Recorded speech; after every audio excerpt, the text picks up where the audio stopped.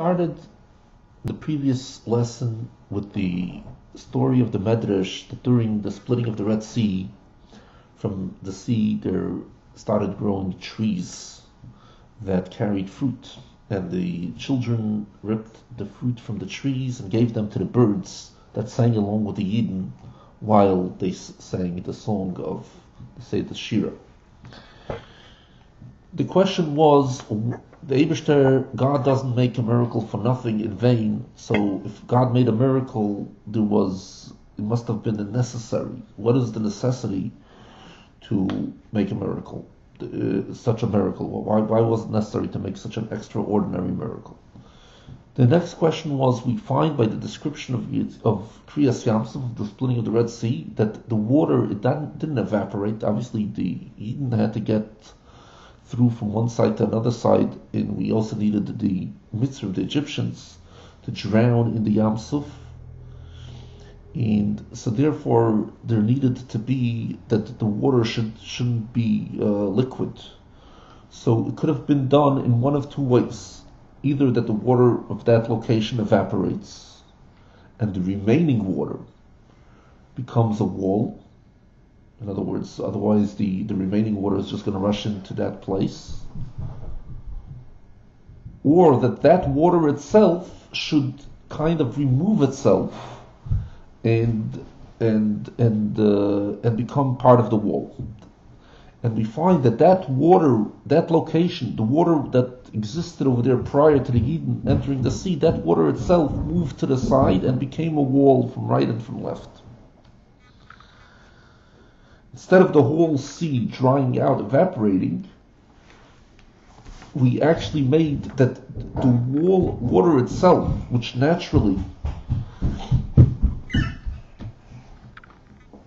doesn't allow for space. When there's liquid and there's no limitation, doesn't allow for space. It made itself a space, and then it froze and it became became like a wall. So we explained the significance because in order for the Yidden to prepare for Matan Torah, Yetzias Mitzrayim, the exodus of Egypt, and the splitting of the Red Sea was a preparation for Matan Torah, for the giving of Torah. And in order to give the Torah, in order to connect to the Eibishter, to connect the above with the below. Before the giving of the Torah, there was a spiritual world, there was a physical world, and they were not connected. Even if a person did a mitzvah with something physical, that physical thing did not become a holy object. After the Eibishter gave Yidden the Torah, the physical became a spiritual entity, object.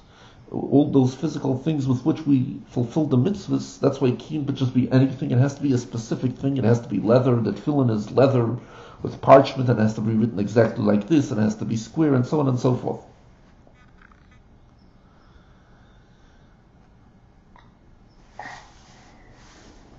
And so there are two kavim. One is to elevate the physical, that it should become spiritual, and one is to reveal the spiritual, that it should have an attachment to the physical. One is prayer, the other is learning. And in order to affect the connection, in order to connect the world, the spiritual world, with the physical, we need both services of God, both the prayer and the learning. And that is the significance of and this had an effect in the world, that the water should become, since the conduct of the entire world depends upon the service of Yidden. So through the fact that the Yidden accomplished by themselves, that it should become revealed, the concealment of their neshama, their Jewish soul, that brought about that their service was in both in both areas, or the merit that they're going to accomplish that. So this accomplished also in the world, that the ocean, the sea that conceals in all the creatures in it, it came in a revealed manner, and it stood like a wall from both sides, from right and from left. It didn't evaporate. Just the water became dry, the concealment came out in a revealed manner, and it became a wall from the right and from the left. The Rebbe continues, however, we still need to understand the above mentioned explanation. It is only concerning the second aspect of splitting the Red Sea, the fact that it was a preparation for the giving of the Torah. However, in order to save themselves from the Egyptians, to remove the complaint that they complained that if the Yidden, both Yidden, there were many Yidden, many Jews who did not keep the Jewish laws or not even the Noahide laws. So they worshipped idols, and these worship idols. So to remove this complaint, at first glance it would suffice also even the merit of only one type of service, specifically the merit of the giving of the Torah, through which it was accomplished the fact that the Jews are a chosen nation, they're chosen from all the nations. Why does the Torah tell the story, relate the fact that the water is a wall from the right and from left, not only by the continuation and end of splitting the Red Sea, but also by the beginning, in the very beginning, when it tells us that the Eden came into the sea, it tells us right away that the water is for them a wall from their right and from their left. Supposedly, this is concerns merely which the beginning concerns only the saving and exit of the exile of Egypt. In other words, in the story, the narrative that the Torah tells us about the splitting of the Red Sea, there's a beginning and the end. And in both instances, the Torah emphasizes that the water was for them a wall from the right and from their left. However, there's a major difference between the beginning of the story and the end of the story. In the beginning of the story, the emphasis is how this protected the Eden against the Mitzrim, the Egyptians who were attacking them, and it was not just the physical Egyptians that were attacking them, but there was this Sar Shel Mitzrayim, there was the spiritual master of Egypt, who was complaining that the Eden are just the same idol worshippers like the Egyptians. So if two idol worshippers are attacking each other, why does God have to intervene? The end has to do with how it's a preparation for the giving of the Torah. So why do we find that also in the beginning do we need the protection of both Torah and Tefillah? Why wouldn't one be enough? So the explanation in this is the ultimate purpose of the exodus of Egypt is the giving of the Torah. Therefore, immediately, the first time that God told Moshe Rabbeinu about the Yetzias Mitzrayim, about the exodus from Egypt, He told him also about Matan Torah. When you take the nation out of Mitzrayim, Tavdun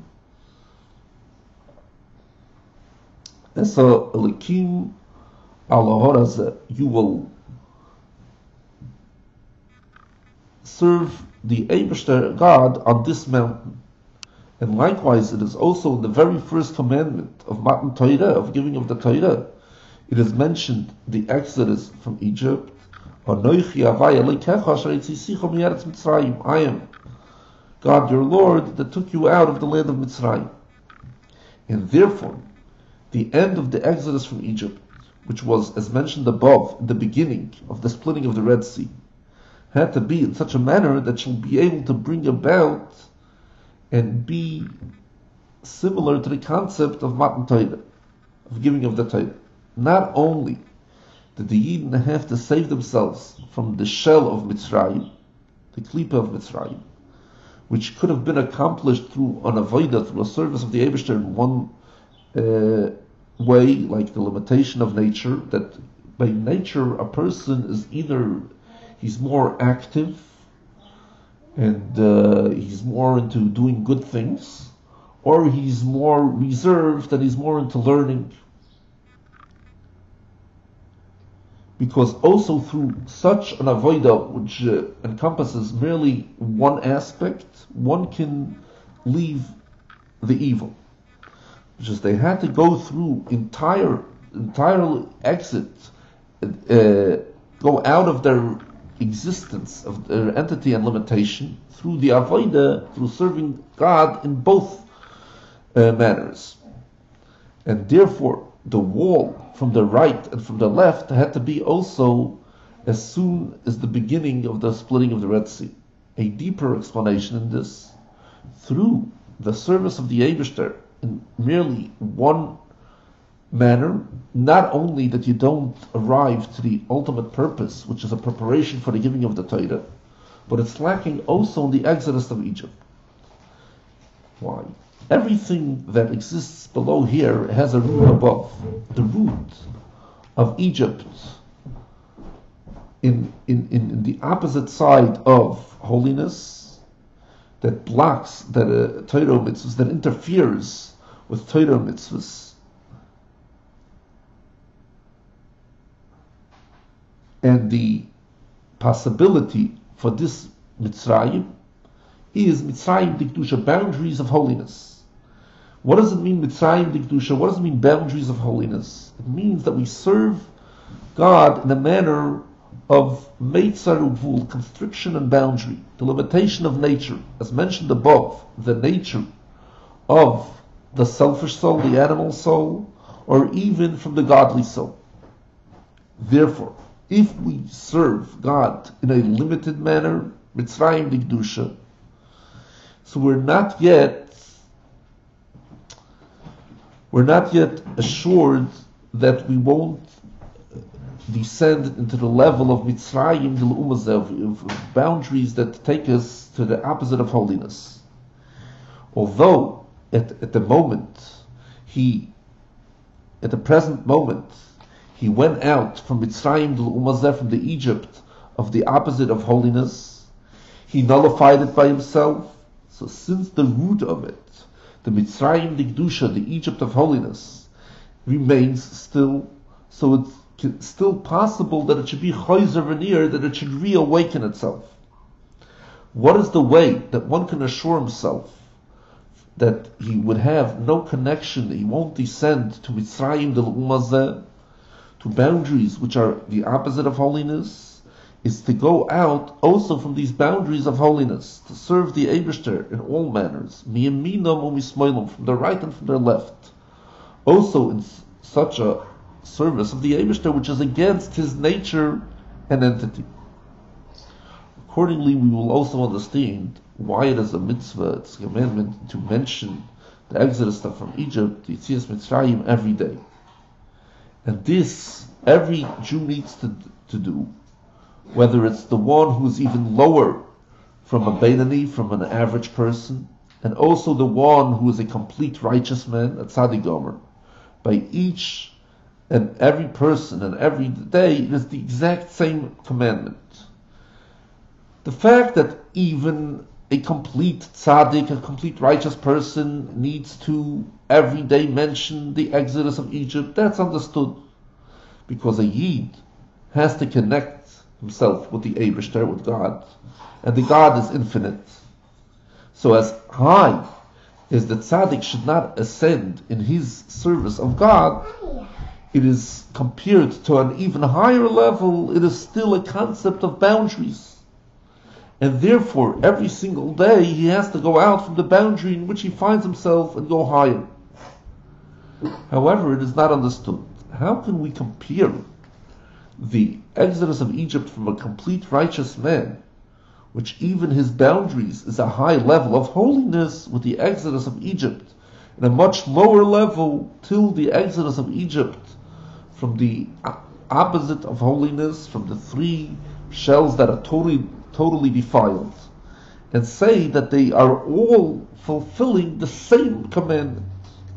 The explanation in this is because also the highest level of exodus from Egypt is connected with exodus of boundaries of the opposite of holiness. If a complete righteous person should decide by himself that it's sufficient for him this level by which he's holding, and he doesn't have to go higher. He will stop by Mitzrayim Dikdusha, by boundaries of holiness, even at a very high level.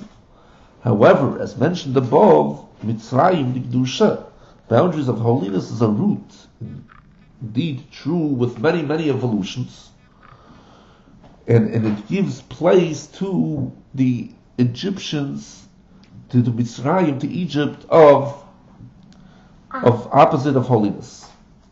The way to be careful from this Mitzrayim Du'um was that from the boundaries which are opposite of holiness is that it shouldn't be a stop. There shouldn't be no limitation in the service of God. That constantly, every day, his service of God should be in a much higher manner. As high as one should be today, every day the decision has to be, as the Rebbe has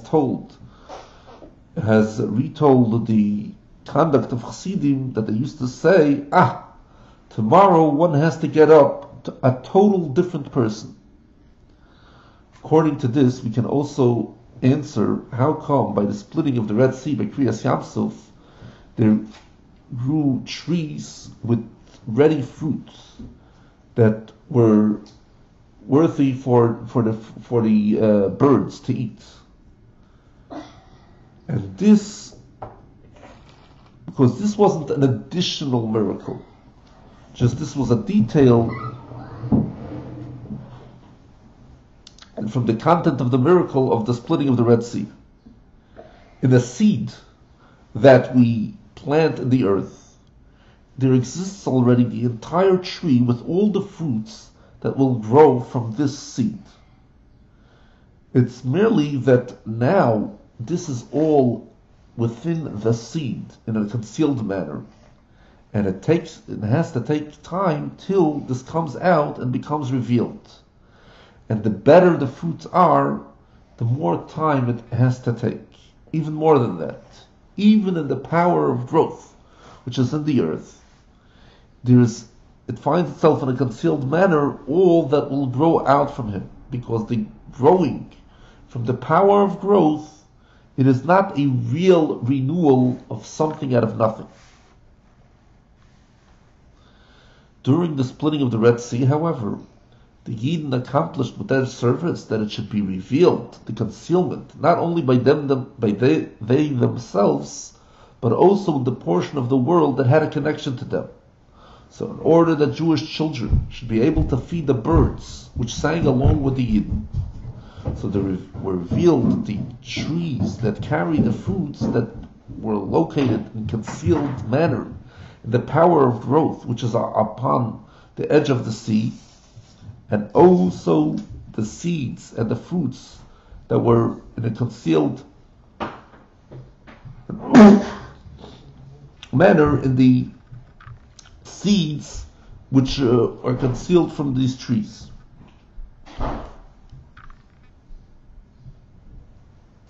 The cover of the sea is earth.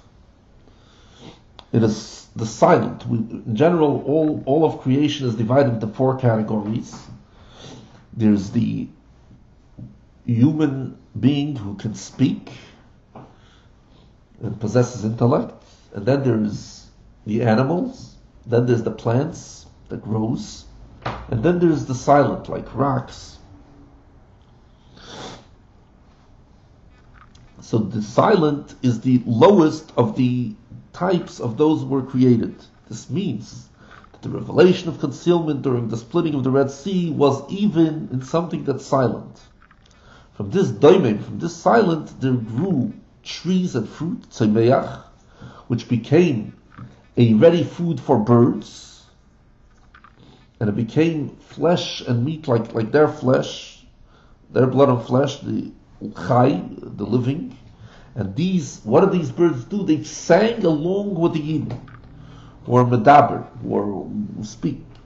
And the Yidden sang Shira to the Eibishter. So we see how at once, from the lowest level, became connected directly to the Eibishter. And this is the ultimate purpose of somebody who's given the power of speech to become included in godliness. This means that by the splitting of the Red Sea was revealed the concealment of the Doimim, of the Silent One, till he should be able to be included through the plants that grow, through the living, and through the speaking in godliness.